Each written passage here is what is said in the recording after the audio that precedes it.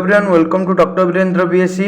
तो आज भिडियोटी से जो मैंने दशम श्रेणी पढ़ुं एवं ए जाए फॉर्म फिलअप करना आमर बोर्ड एग्जाम तो कौन आसी नोटिस चलतु देखने कौन ना 25 पर्यंत बढ़ला मैट्रिक परीक्षा फॉर्म पूरण अवधि बा नवेम्बर 25 जाए डेट अच्छी बोली कहुई कौन रही संपूर्ण निर्देश देखीदा ता पूर्व कही रखे जो मैंने एपर्तंत आम चैनल को सब्सक्राइब करना सब्सक्राइब कर ऑल नोटिफिकेशन क्लिक कर दिंतु कारण आमर यही चैनल तुम 10th class very very most important super selected question गुड़िक आसवाक जाऊँगी।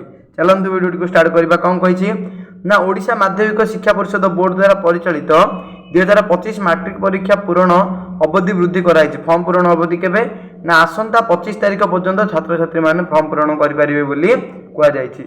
गत नवेम्बर 3 रु फॉर्म पूरण प्रक्रिया आरंभ होता बेले सोमवार शेष होता मात्र बहु छात्र छात्री फॉर्म पूरण कर अवधि को वृद्धि कौन ना बोर्ड पक्ष निष्पत्ति आ कौन ना आसंता फेब्रुआरी रु मार्च 6 तारिख पर्यंत आम मैट्रिक कौन बोर्ड परीक्षा अनुष्ठित हम बोली कहुई। तो यहाँ आम खबर कागज बाहर ता सहित यार ऑफिशियल नोटिस खूब शीघ्र आसीज। ऑफिशियल नोटिस आसले तुमको आउ थे नोटिस जरिया कहीदेवी। तो मन रख जो मैंने भी कौन ना 25 तारिख जाए डेट अच्छी जाकि कर दिंतु उभय रेगुलर एक्स रेगुलर माने जो मैंने गत थर भी फेल होते दे पारना से पारे।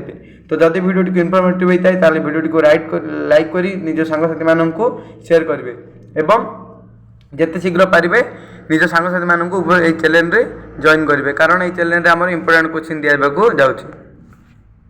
Thank you to all.